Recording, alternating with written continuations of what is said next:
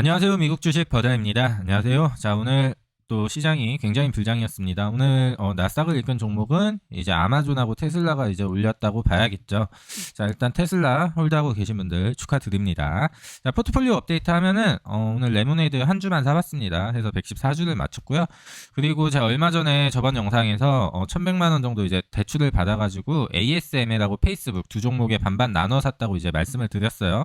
근데 제가 산 시점에서 페이스북은 한 마이너스 4% 정도 기록했고요. ASML은 제가 산 시점에서 이제 반등에 이제 성공했습니다. 그래가지고 ASML을 수익 실현해서 오늘 이제 페이스북에 물타기를 해서 비중 확대를 해서 1080만 원을 이제 보유하게 됐습니다. 자, 먼저 뭐 ASML을 매도한 이유에 대해서 좀 이야기를 해드릴게요. 일단은 반도체 섹터를 보면은 자, 일단 ASML은 반도체 장비 업체죠. 뭐 아시는 분들 많을 거예요. 워낙 유명한 주식이니까. 이제 삼성전자 TSMC에다가 그 EUV 노광 장비, 고성능 반도체 칩을 만들 때 필요한 그런 장비를 만들어서 납품을 하는 업체고요. 이 회사의 이제 장점이라고 하면은 경쟁자가 없다는 거. 고성능 반도체 칩에 들어가는 장비를 EUV 노광 장비를 만드는 회사는 전 세계에서 이 ASML이 유일하다. 그래서 독점 기업이고요. 앞으로도 경쟁사가 없는 기업입니다. 그래서 퍼가 당연히 높겠죠.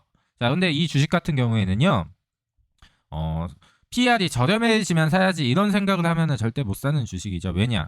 경쟁사가 없기 때문에 항상 높은 밸류에이션을 유지할 수밖에 없는 기업이에요. 이 퍼가 뭐 이제 TSMC 같은 회사들 그런 회사들 이제 퍼가 뭐 30이잖아요. 이게 뭐 30까지 떨어질 일은 없어요. TSMC만 해도 경쟁사가 많잖아요. 삼성전자도 있고 뭐 글로벌 파운드리도 있고 뭐 DB하이텍도 있고 뭐 다양한 파운드리 업체가 있기 때문에 근데 이거는 독보적이기 때문에 전 세계에 하나밖에 없는 회사이기 때문에 이렇게 고퍼를 항상 유지하는데요. 제가 뭐 단기로 접근했던 이유는 단순히 차트만 보고 이 정도 하락을 했던 적이 많지가 않은 기업이니까 이런 기업들은 과거에 크게 하락했던 만큼 빠지면은 이렇게 반등하는 이런 특징을 가지고 있습니다.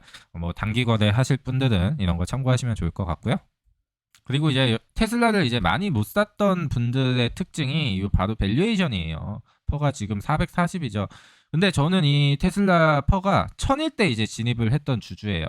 한 320불 뭐 그때 이렇게 이제 샀었어요. 나눠가지고 저는 이제 1000에 진입을 했는데 이거를 우리가 주식 유튜브에 공부한다고 치면은 제가 이거 예전에도 했던 말인데 자꾸 PER이 낮은 기업을 사래요. 근데 이 PER이 낮다는 기준이 이 숫자가 높다고 비싼 거고 낮다고 이제 싼 주식이 아니라 이 경쟁성을 보셔야 돼요. 테슬라 같은 경우에는 얘도 절대 퍼가 싸질 수 없는 주식이에요. 왜냐면은 아직까지 모든 자동차 회사들이 이 테슬라의 기술력의 발끝에도 못 가고 있잖아요. 그러니까 얘는 싸질 수가 없는 주식입니다. 이 퍼가 싸지려면은 주가가 오르지 않은 상태에서 영업이익이 계속 성장을 해서 싸지는 경우밖에 없겠죠.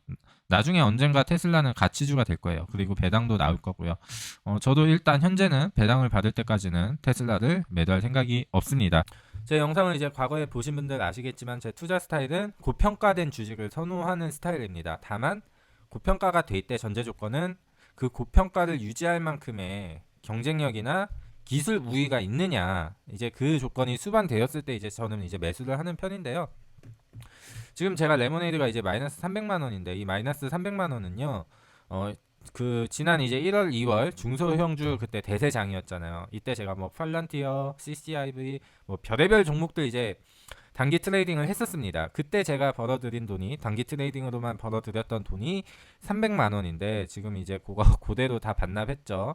이래서 단타로 돈 벌기가 힘들다. 이렇게 매매 열심히 하고 많이 벌어도 한 번 미끄러지면은 한 방에 다 날린다. 뭐 물론 잘하시는 분들도 있겠지만 대다수가 이렇습니다. 자, 근데 일단 저는 원칙을 지켜 나가고 있습니다. 제가 그 유동성장이 끝날랑 말랑 할 때 설사 끝나서 주가가 반토막이 나더라도 내가 좀 길게 가지고 갈 수 있는 중소형주를 포트폴리오의 15% 비중 정도로 이제 가지고 가자. 이런 원칙을 세웠기 때문에 이 레모네이드는 현재로서는 전혀 매도할 의향이 없고요. 앞으로도 하나씩 추가해갈 계획입니다.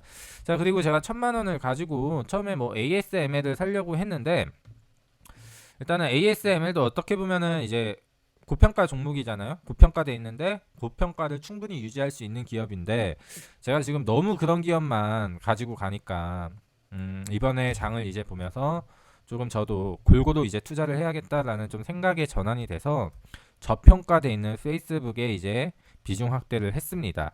자, 페이스북에 대해서 이야기를 하자면 전 세계에서 가장 많은 사람들이 쓰고 있는 플랫폼 기업이죠. 근데 지금 P가 24밖에 안 돼요. 굉장히 싸죠. 요즘에 뭐 보통 제조업도 30씩 받는 마당에 플랫폼 기업이 24배는 정말 말이 안 된다고 생각하고요. 물론 이게 이렇게 싸진 이유는 있죠. 인스타그램이나 페이스북이 젊은 층의 사용 비중이 점점 줄어들고 있고 스냅챗이나 이제 틱톡의 점유율이 좀 많이 올라가고 있는 상황이다 보니까 그 와중에 이제 서버도 나갔었고 있대. 내부 고발자가 나오면서 지금 큰 하락을 이제 맞은 상태입니다. 근데 역사적으로 보면 페이스북 역시 이 정도 빠졌던 구간이 뭐 많지 않은 거를 확인해 볼 수 있고요.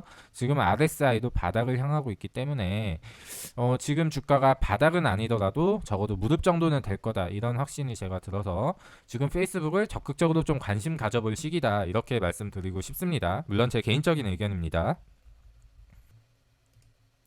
자, 레모네이드 이제 그 파이낸셜을 이제 살펴보게 되면은 레비뉴 매출은 지금 계속 어때요? 매출이 계속 이렇게 우상향하고 있습니다. 매출이 늘어나고 있는데 여기서 문제는 뭐냐면 매출은 점점 커지는데 적자도 지금 계속 커지고 있죠. 적자는 반대로 이렇게 가고 있습니다. 적자 확대가.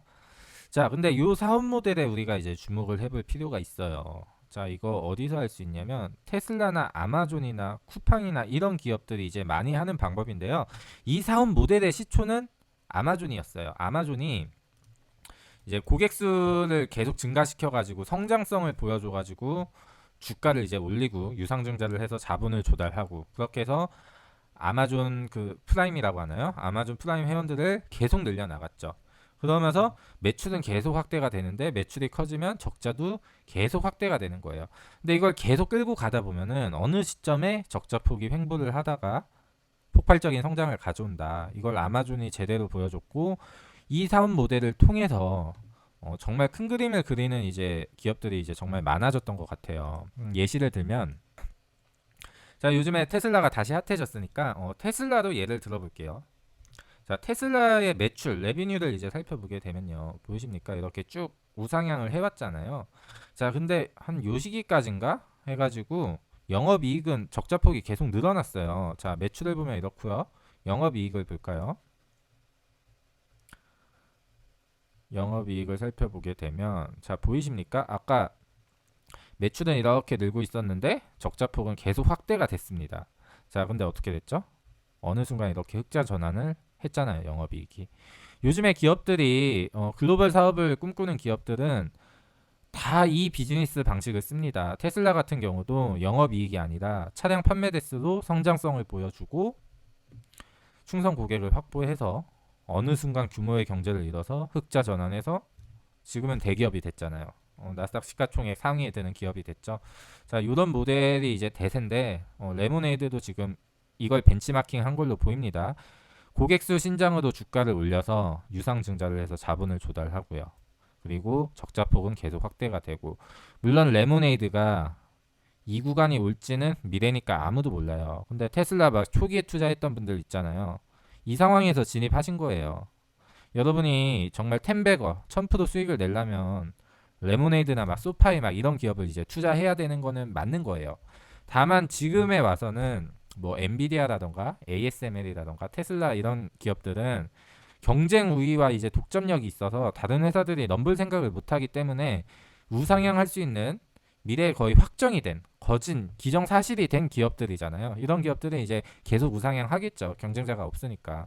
자, 근데 레모네이드 같은 경우는 이제 뭐 아직까지는 불확실성을 이제 가지고 있는 거예요.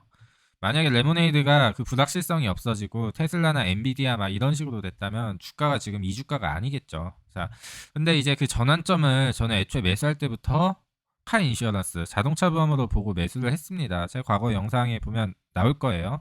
그렇기 때문에 저는 원칙대로 이 자동차 보험이 출시를 하고 그 후에 뭐 1년에서 2년 정도 어떻게 움직이는지 그 자동차 보험이 정말 이 회사에 엄청난 성장성과 흑자 전환의 기회를 열어줄 건지 그 부분까지 확인을 하고 그때 돼서 만약에 이게 정말 답이 안 나온다. 그때 매도하는 겁니다. 이게 제 투자 원칙이었어요. 그러면은 저는 일단 자동차 보험이 출시할 때까지는 계속 추가 매수를 해갈 거예요. 계속 해갈 겁니다.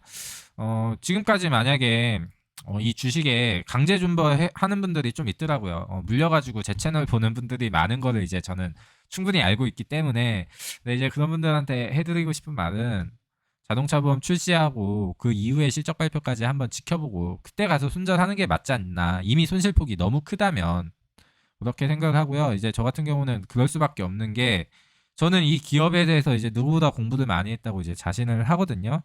근데 내가 이런 단순히 주가가 빠졌다고 해서 손절을 했어요. 근데 자동차 보험이 출시가 됐어요. 근데 그게 폭발적으로 대박이 난 거예요. 그래서 주가가 막 여기 있어요. 그럼 제가 얼마나 억울하겠어요. 일단 저는 그런 상황을 맞이하고 싶지 않기 때문에 저는 자동차 보험이 출시되고 나서 이후의 실적과 가입자 수 신장률 이런 것까지 지켜볼 계획입니다. 그 전까지는 저는 계속 비중 확대를 해나갈 거고요. 그리고 영상 마무리하면서 지금 이제 미국의 경제 지표들이 좀 긍정적인 결과들이 이제 나오고 있잖아요. 그래서 그동안 지금 주식을 홀딩했던 주주 여러분은 이제 보상을 받을 시간입니다. 그동안 시장에 공포가 얼마나 많았어요. 테이퍼링, 뭐 CPI, 뭐 별의별 금리 인상, 별의별 이야기가 나오면서 시장이 좀 버티기 힘든 장이었어요. 솔직히 말하면은 정말 많이 흔들렸잖아요. 근데 결국에는 일단 다시 반등을 해서 올라가고 있으니까 또 12월에 우리 미장에 그 유행하는 용어가 있죠. 산타델리. 12월에 산타델리가 오는 행복 회로를 돌려보면서 영상을 마무리하겠습니다. 지금까지 버드아이였습니다. 감사합니다.